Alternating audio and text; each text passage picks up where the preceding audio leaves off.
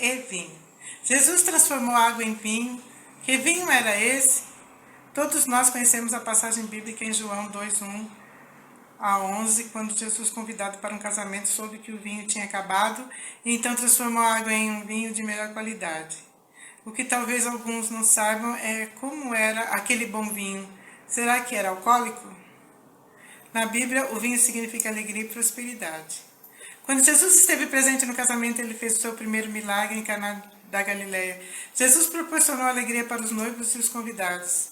Onde Jesus está presente, um milagre pode acontecer. Sempre é bom contar com a presença de Jesus em todas as áreas de nossas vidas, amém? O bom vinho daquela época não deve ser confundido com o bom vinho de nossa época. Hoje, o gosto dos bebedores define um bom vinho em grande medida por seu vigor alcoólico.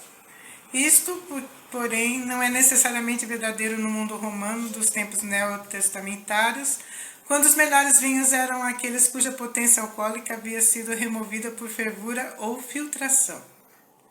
Nos tempos romanos, eles tinham vários métodos de preservar o suco da uva. A preservação do suco da uva não fermentado era, em certos aspectos, um processo mais simples do que a preservação do vinho fermentado.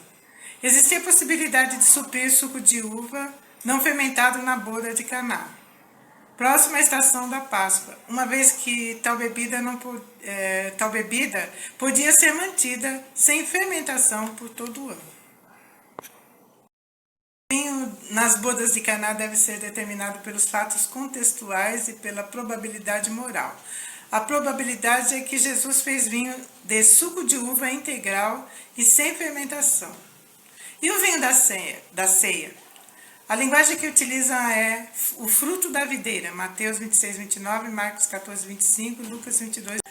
O substantivo fruto denota que é o produto em estado natural, da mesma maneira em que foi apanhado.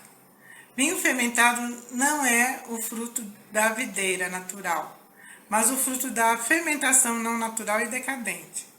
Se o conteúdo do cálice era de vinho alcoólico, Cristo dificilmente poderia ter dito bebei dele todos. Mateus 26:27, Marcos 14:23, Lucas 22:17. Especialmente em vista do fato de que na Páscoa um típico cálice de vinho não continha apenas um gole de vinho, mas aproximadamente meio litro. Cristo dificilmente poderia ter ordenado a todos os seus seguidores para beberem o cálice se este contivesse vinho alcoólico. Alguns para os quais o álcool, em qualquer forma, é muito prejudicial. Em resumo, podemos afirmar que o fruto da vide que Jesus ordenou ser usado como memorial de seu sangue redentor não era fermentado, já que na Escritura fermento representa a corrupção humana e a indignação divina.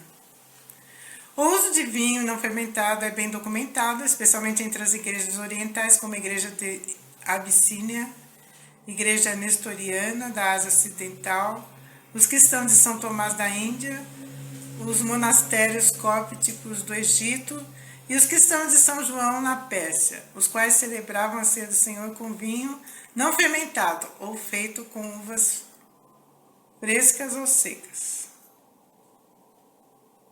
Na Bíblia, podemos ver alguns símbolos como o do azeite e vinho, que simbolizam riqueza e prosperidade. Em Apocalipse 6,6 diz, não danifiqueis o azeite e o vinho. Também é dito que o vinho significa alegria para o coração do homem. Em Salmo 104,15 diz, e o vinho que alegra o coração do homem, e o azeite que faz reluzir o seu rosto, e o pão que fortalece o coração do homem.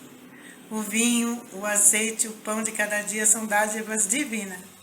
Mas hoje eu quero te mostrar algo maior que o vinho, que o azeite e que o pão.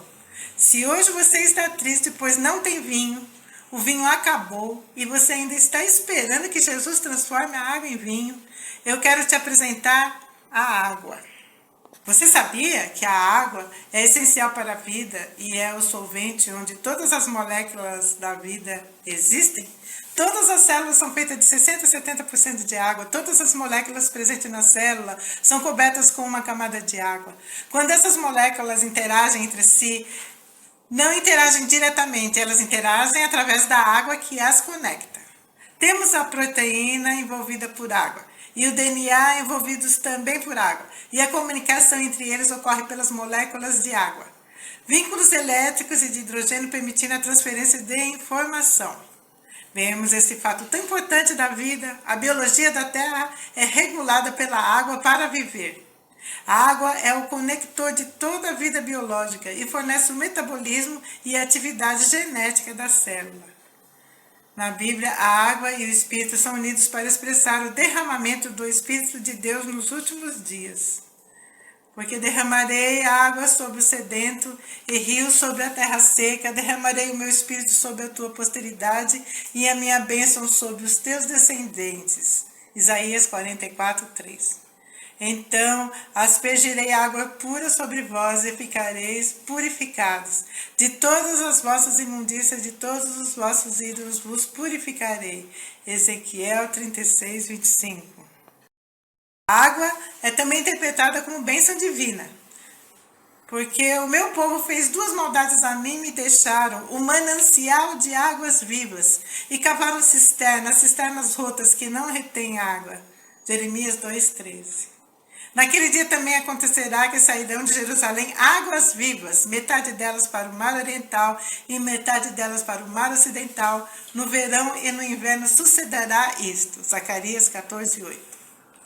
Temos o suprimento abundante de águas vivificadoras que vem de Deus, o Senhor Jesus, que disse: se alguém tem sede, venha a mim e beba. Quem crê em mim, como diz a Escritura, rios de água viva correrão no seu ventre. João 7, 37 e 38.